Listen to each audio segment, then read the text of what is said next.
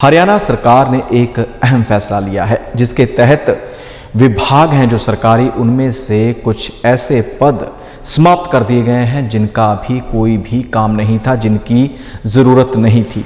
गुजरात के वडोदरा की केंद्रीय जेल काफ़ी सुर्खियों में है, जहां पर कैदी आपस में भिड़ गए। जो पुलिस का कहना है, जेल विभाग का कहना है, लेकिन कैदियों का कहना है कि प्रशासन उन्हें मानसिक तौर पर परेशान करता है। इसी के चलते उन्होंने फिनाइल या फिर साबुन को घोलकर पानी में पिया, जिसके चलते उनकी तबीयत खराब हुई।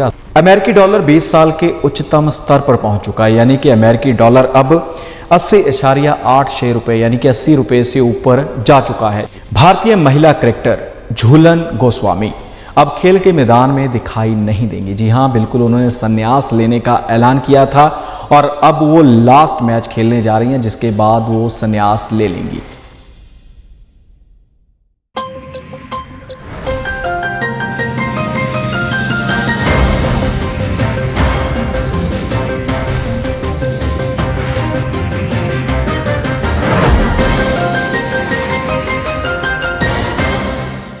नमस्कार, D5 चैनल हिंदी का खास कार्यक्रम खुलासा न्यूज़ का देख रहे देश विदेश के दर्शकों का मैं धर्मेंद्र संधू स्वागत करता हूं।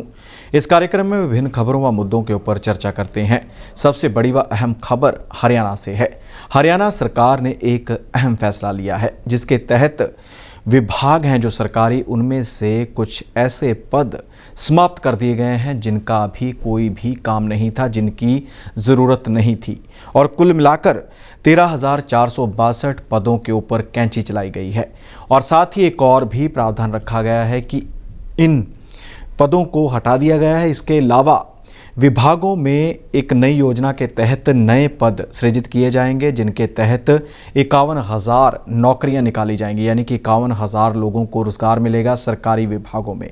और आपको बता दें कि इसमें सबसे जो अधिक प्रभावित हुए विभाग हैं उनमें से लोक निर्माण विभाग, प्रिंटिंग व स्टेशनरी का विभाग और इसके अलावा जन कल्याण, जन स्वास्थ्य व स्वास्थ्य विभाग में काफ़ी बड़ी कटौती कर दी गई है। और आंकड़ों की बात की जाए तो इसमें जन स्वास्थ्य विभाग में 4,446 पद समाप्त किए गए हैं और साथ ही लोक निर्माण विभाग में 3,535 पद समाप्त किए गए हैं और स्वास्थ्य विभाग में 2857 पद बिल्कुल ख़त्म कर दिए गए हैं। और इसके अलावा जो स्टेशनरी व प्रिंटिंग का विभाग है उसमें आधे से ज़्यादा पद ख़त्म किए गए हैं, जिसमें 506 पद हैं जो आधे से ज़्यादा बनते हैं, उनको ख़त्म कर दिया गया, यानी समाप्त कर दिया गया है। इसके अलावा शिक्षा विभाग पूरी तरह से सुरक्षित है। शिक्षा विभाग में कोई भी पद ख़त्म नहीं किया गया है और कुल मिलाकर स्वीकृत जो पद हैं पूरे हरियाणा में वो है 4,58,808 और इसके तहत जो अब तक बचे हुए पद हैं वो हैं 4,45,346, जिसमें से 13,462 पद काट दिए गए हैं, समाप्त कर दिए गए हैं और जो 2,62,849 पद भरे हुए हैं और जो रिक्तियां हैं, जो पद खाली हैं जिनके ऊपर भर्ती की जानी है वो हैं 1,82,497 पद और किश्तों में ये भर्ती की जाएगी। अब 51,000 पोस्टें निकाली जा रही हैं हरियाणा सरकार की ओर से। एक और तो वो पद समाप्त किए गए हैं जिनकी अब तक कोई भी ज़रूरत महसूस नहीं की जाती थी और नए पदों को प्रभाव में लाया जाएगा जिनके ऊपर ये नियुक्तियाँ की जाएंगी। देश की जेलें अक्सर सुर्खियों में रहती हैं। खासकर पंजाब की बात की जाए तो पंजाब की जेलों से मोबाइल बरामद किए जाते थे, नशा बरामद किया जाता था। जेल में बैठे कैदियों का जब डोप टेस्ट किया गया था तो काफ़ी बड़ी संख्या में कैदी नशे के आदी पाए गए थे और बड़े सवाल खड़े हुए थे कि इन जेलों में नशा पहुंचाता कौन है, मोबाइल फ़ोन कौन पहुंचाता है। यहाँ तक कि गैंगस्टर जिनको गिरफ्तार किया गया था सिद्धू मूसेवाला कत्लकांड में, उनसे भी मोबाइल फ़ोन बरामद किया गया था, जिसने भी काफ़ी बड़े सवाल खड़े कर दिए थे। और अब गुजरात के वडोदरा की केंद्रीय जेल काफ़ी सुर्खियों में है, जहां पर कैदी आपस में भिड़ गए। जो पुलिस का कहना है, जेल विभाग का कहना है, लेकिन कैदियों का कहना है कि प्रशासन उन्हें मानसिक तौर पर परेशान करता है। इसी के चलते उन्होंने फिनाइल या फिर साबुन को घोलकर पानी में पिया, जिसके चलते उनकी तबीयत खराब हुई, अस्पताल में भर्ती करवाया गया। अब हालत में सुधार बताया जा रहा है। और कैदियों ने यह कदम क्यों उठाया, जेल प्रशासन का कहना है कि कुछ कैदियों को टिफ़िन सिस्टम लगवाया हुआ है जो घर से खाना मंगवाते हैं और कुछ को नहीं है। और जो कैदी खाना मंगवाते हैं उनको तो ये सहूलियत है, लेकिन जो नहीं मंगवाते उनको जेल का खाना ही खाना पड़ता है।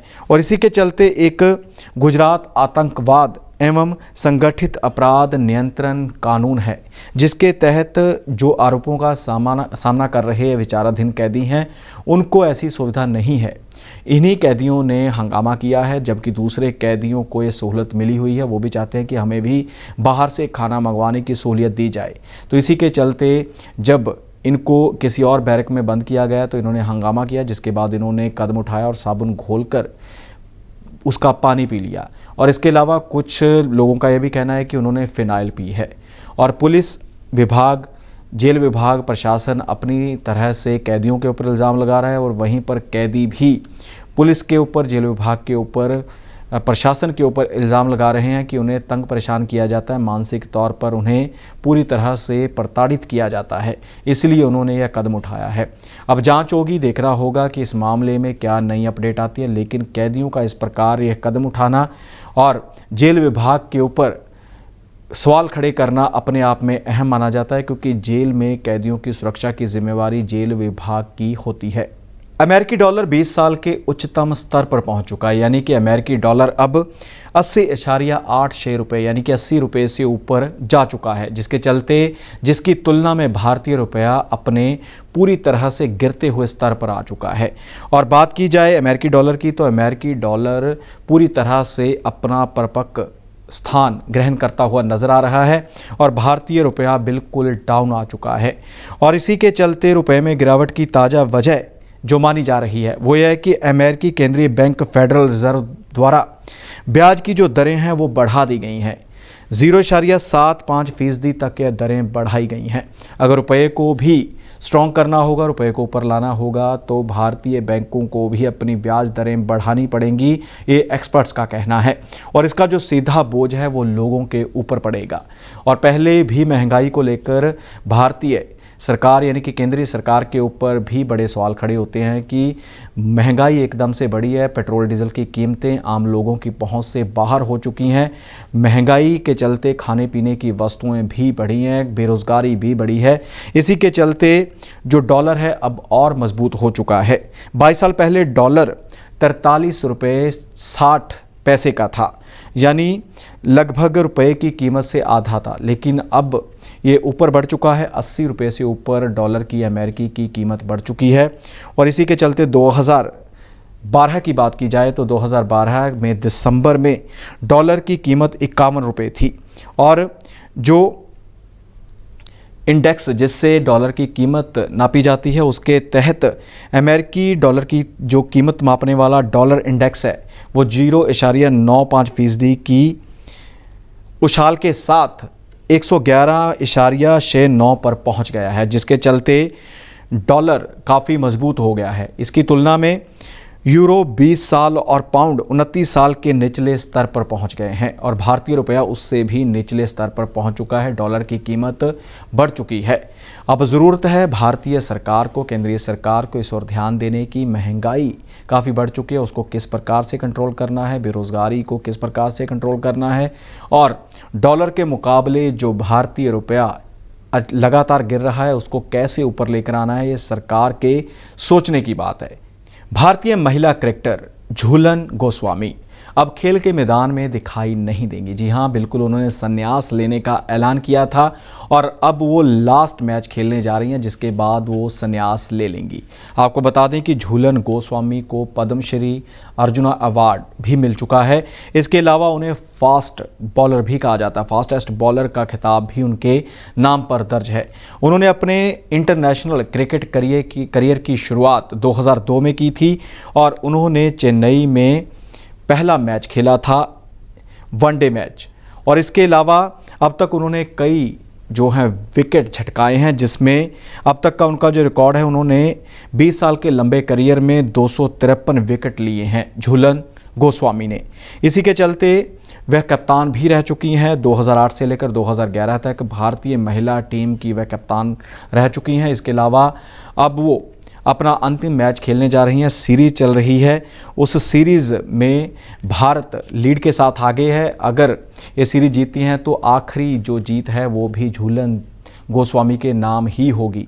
जो भारतीय क्रिकेट टीम की कप्तान हैं हरमनप्रीत कौर, उन्होंने कहा है कि हम इस समय पर बहुत भावुक हैं, इमोशनल भी हैं, क्योंकि हमारा एक सदस्य हमसे हमेशा के लिए दूर हो जाएगा, मैच से दूर हो जाएगा, तो इसलिए हम थोड़े इमोशनल हैं। लेकिन हम चाहते हैं कि जीत हासिल करने के बाद झूलन गोस्वामी को ऐसी फेयरवेल दी जाए जीत के साथ कि वो अपनी पूरी उम्र तक उसे याद रखें।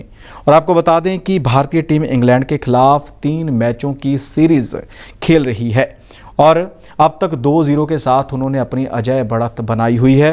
भारतीय महिलाओं की ये इंग्लैंड के खिलाफ 1999 के बाद पहली सीरीज में जीत होगी अगर भारतीय महिलाएं जीतती हैं, और झूलन गोस्वामी को ये बहुत बड़ा तोहफा होगा। खुलासा न्यूज़ का में फिलहाल इतना ही। मुझे यानी धर्मेंद्र संधू को दे इजाज़त। धन्यवाद।